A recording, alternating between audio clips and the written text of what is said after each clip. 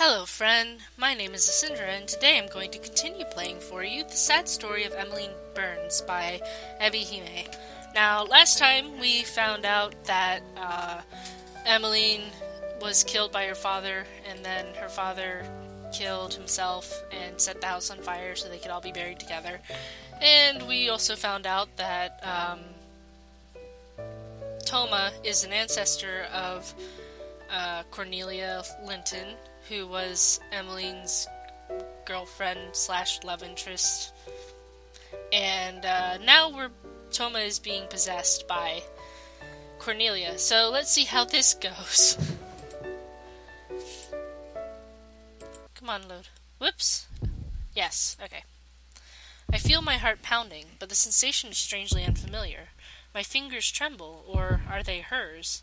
I open my mouth to speak, and another person's voice comes out. Emmy? Emmy, is it really you? Cornelia, Emmeline presses a hand against her mouth, as though trying to stifle a gasp of disbelief she could not rightly. How can a girl who is a ghost breathe? The air was choked out of her lungs a long time ago. And yet, more than 100 years later, Emmeline now has a new reason to be breathless. I thought you had already passed on. Even after you died, I was never able to find you. At any rate, your body wasn't even buried here. I shake my head, or maybe she does, I can't tell. No, I wasn't. I was buried in Wiltshire. That's where I died after all. I was 73. And you died peacefully? I'm not a ghost. I had no regrets, so I had no reason to come back. And yet, right now, Yes, well, this was rather unexpected, to tell you the truth. Cornelia turns my body this way and that and inspects it, patting down the skirt of my school uniform and running a hand through my hair. I had been resting rather peacefully, minding my own business, when, all of a sudden, I found myself here, inside this body. It must have been years since I looked so young. I must apologize to the young girl whose body I have hijacked, though it is awfully rude, and it wasn't intentional. Don't worry about it, Cornelia. I'm sure Verity won't mind. Verity? That's strange. I did not think it was her name. At any rate, I must thank Miss Verity for her kindness. Sharing one's identity with somebody else is quite a gesture. It might be to other people, but it isn't to me, not in particular. Though being unable to speak with my own voice or move my own limbs is somewhat disconcerting, I know full well what it feels like to share my identity with another's. I've been living my whole life in Amelia Miller's shadow. Compared to that, a little light possession is nothing. Well, that's a spirit, Toma. This outfit is hardly appropriate, though. Cornelia flushes, tugging at the hem of my school skirt.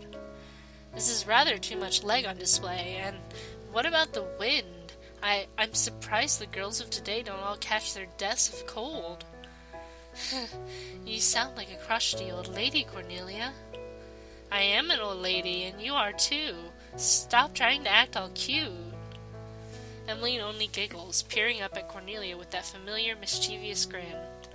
It's the exact same grin she wore 150 years hence, during the lazy summer days by the lake, where she would press kisses against Cornelia's lips and recite snatches of misremembered poetry to her. Ah, but you still blush like a fair maiden, Cornelia. You didn't change at all. And neither did you, Emmy, though I hoped you might. That attitude of yours was always so unseemly. Mother agreed. Beatrice Linton wouldn't know what fun was if it smacked her across the face. My mother was a very commendable person. She might have been a little strict, but she was not without her good points. She was awfully upset when she heard what had happened to you, Emmy. Yes, what happened to poor little Emmy? Emmeline sighs, the humor gone from her voice. Her eyes are downcast now, her face wan and pale. And you, Cornelia, did you miss me too? Do you really need to ask that question? I just wanted to make sure. I realized that you cried a good deal and that upset me, but I don't know. I wanted you to move on and be happy. I truly, really did. But At the same time, I was also scared and jealous, too. You really were my first love, Cornelia. Given I died so young, I suppose you were my last love, too, and the loves that could possibly have come in between. I just don't want you to have replaced me with somebody else, that's all. Contemplating it hurts so deeply, I can hardly stand the thought. Emmy.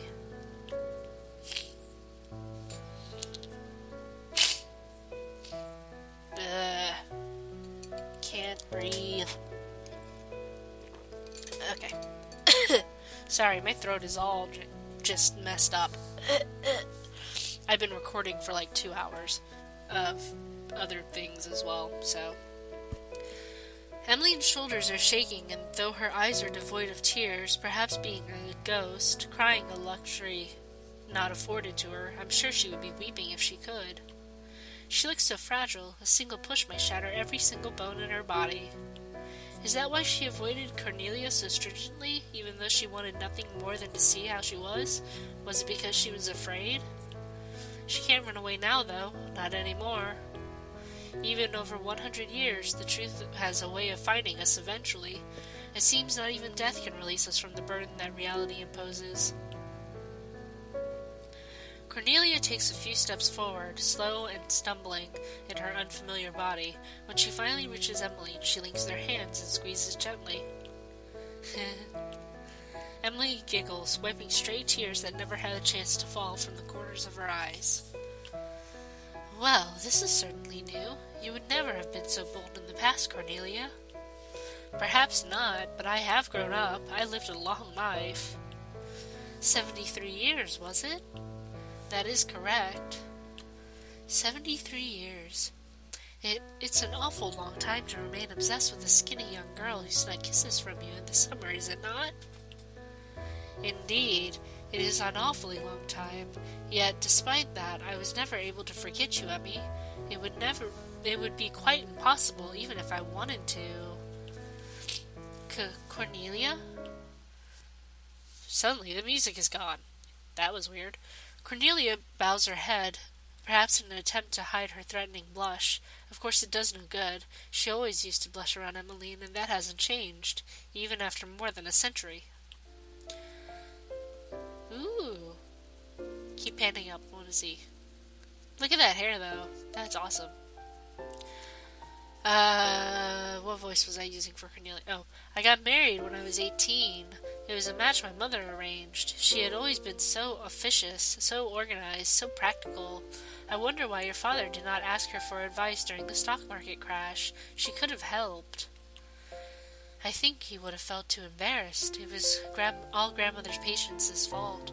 By all accounts, she was not a particularly nice woman. That really is sad. It could all have been avoided so easily. That is what I think, too. Such thoughts do not do us much good now, though. No, I suppose they do not. So what about your beau? Beau? Boo? Emmeline attempts to smile, though it looks forced, slightly strained around the edges. Was he a good looker, Cornelia? Did he sweep you off your feet, just like a prince from a fairy tale? Cornelia laughs dryly. Of course not. He was a match my mother chose for me. Do you think she would pair her feared daughter with a feckless sot like that? So he was sensible, was he? Very sensible. He was twice my age, and he was already starting to lose his hair, but he was rich and had land, and could afford to look after me.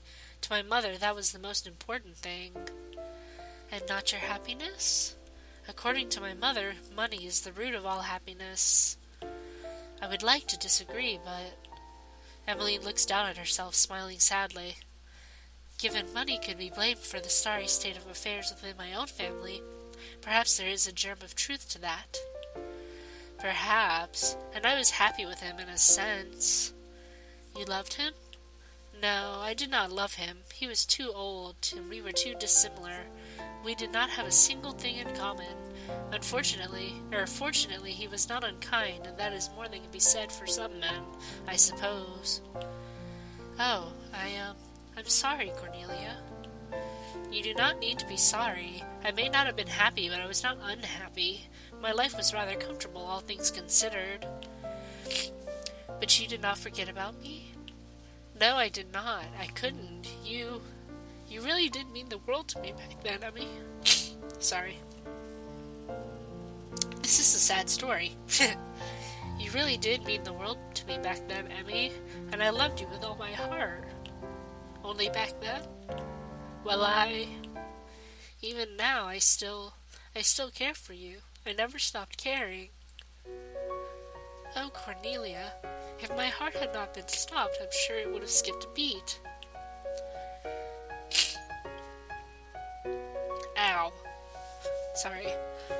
And my own heart is pounding rather uncomfortably, even though it does not truly belong to me. I hope I am not causing this young girl any undue strain.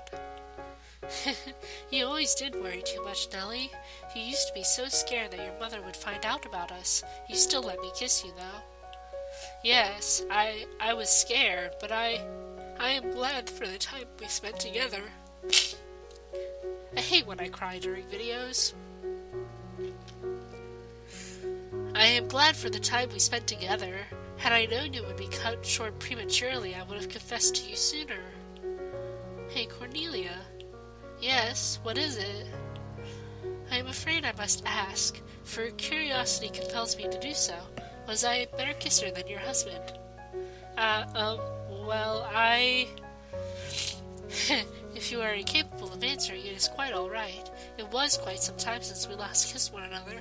Perhaps you need me to refresh your memory. I do not think I would be entirely adverse to that. And after a brief pause, the two girls leaned in closer. Though Emmeline no longer has any air left in her lungs, I swear I can feel her breath ghost against my cheek. I shiver. My heart pounds, or is it Cornelia's? Perhaps it's both of us. Though she has been dead for some 150 years, Emmeline's lips are soft and warm, sweet and gentle, and filled with a deep sense of yearning. I wonder how long Emmeline has wanted to kiss Cornelia. How long has she been sleeping in this graveyard like a fairy tale princess, dreaming of unfulfilled dreams of a time gone by, when she was young and happy and very much alive? Maybe she thought her dream would never come true. That was why she consigned herself to dreaming and did not awake from her sleepy stupor, a ghostly girl isolated from the rest of the world. But now she has finally managed to make her dream come true. Is there any reason for her to haunt this graveyard further? Surely all of her regrets have been wiped away like the spring sunshine melting the winter snow. She may never understand her dad's motivations for committing such a terrible crime, but I doubt that was the real regret that kept her body tied to this earth. Instead, it was Cornelia. For Emmeline, it was always Cornelia. Emmy. Cornelia breaks the kiss, their lips parting with a soft pop, and blinks up at Emmeline with lidded eyes. You will come back with me this time, won't you? Won't you, Emmy? I have been lonely without you. What? I would have thought you would have been enjoying... I can't... Why do I keep losing my voice? Hang on, I need to drink some water, sorry.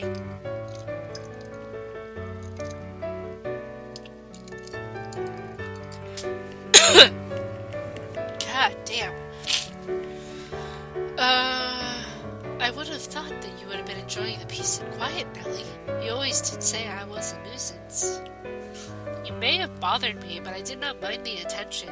Though I enjoy the calm, it can be rather dull at times. Then I must return with you without delay. I would never want you to feel like you had been abandoned. That would be far too sad. Yes, I will be waiting.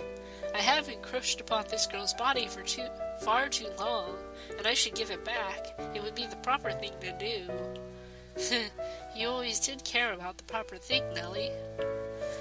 Evidently not enough. Not when it comes to you. Mother will be so surprised when she learns.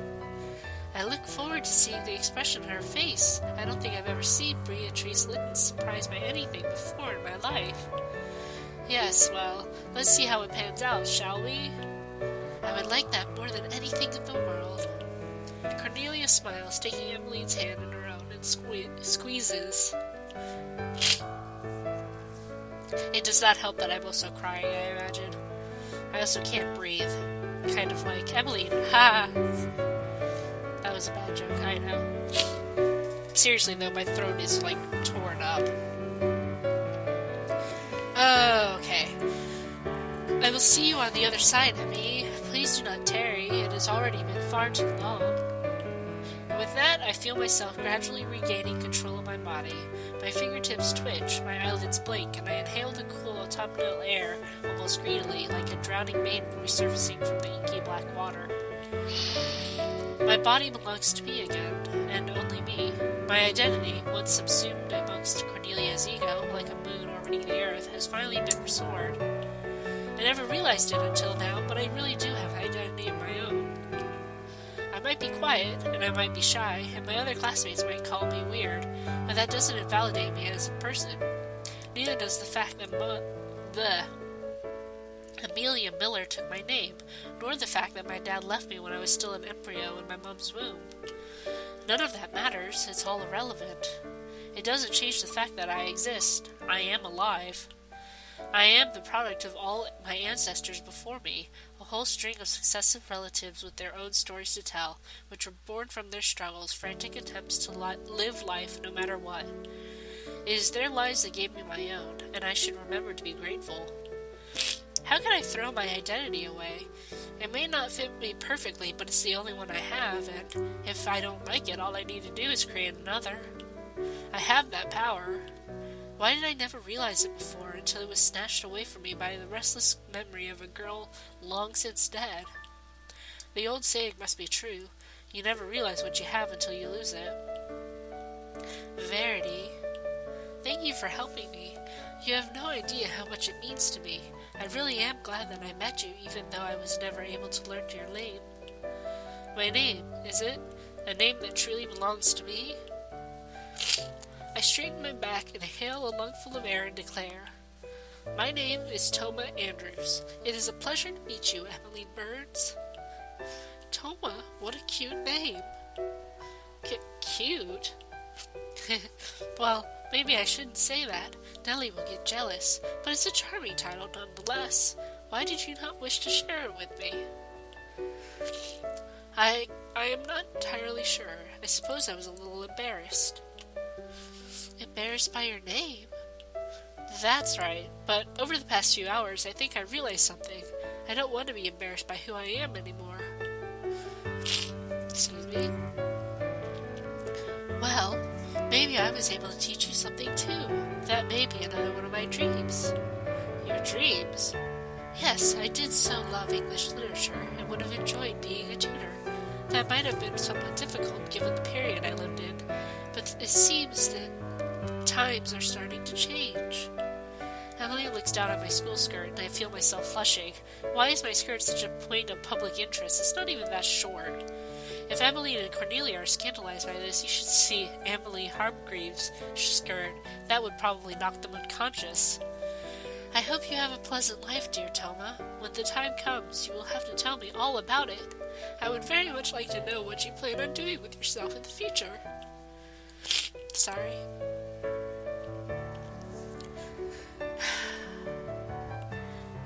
Don't worry, I will. I'll go on all kinds of adventures, and I'll get some stories, real stories, that will get your blood pumping. I can't wait. It seems like the next century is going to be very interesting indeed. And with a cheerful giggle, Emmeline Burns' body slowly begins to disappear from this world. I watch as she fades away until she becomes nothing more than an imprint burnt onto my retinas. Then, when I blink, the illusion is broken and the imprint scatters into the air. I pinch my arm, it hurts. I guess this wasn't a dream after all.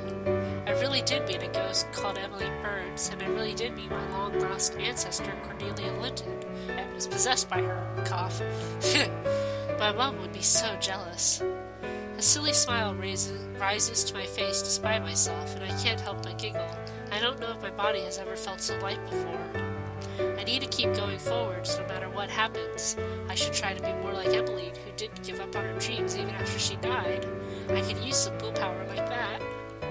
It's probably because of that strength of will that Cornelia fell in love with her. Who wouldn't?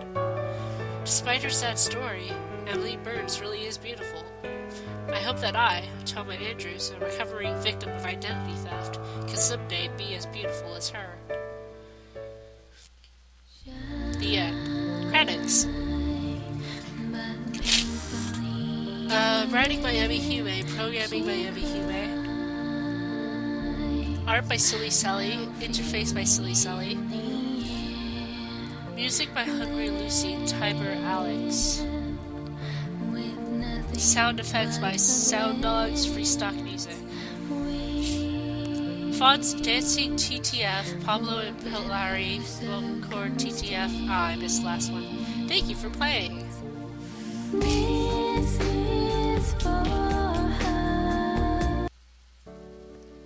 Well, that was really sad and really good. Music box? What's this? Oh, it's the CG gallery. That's cool.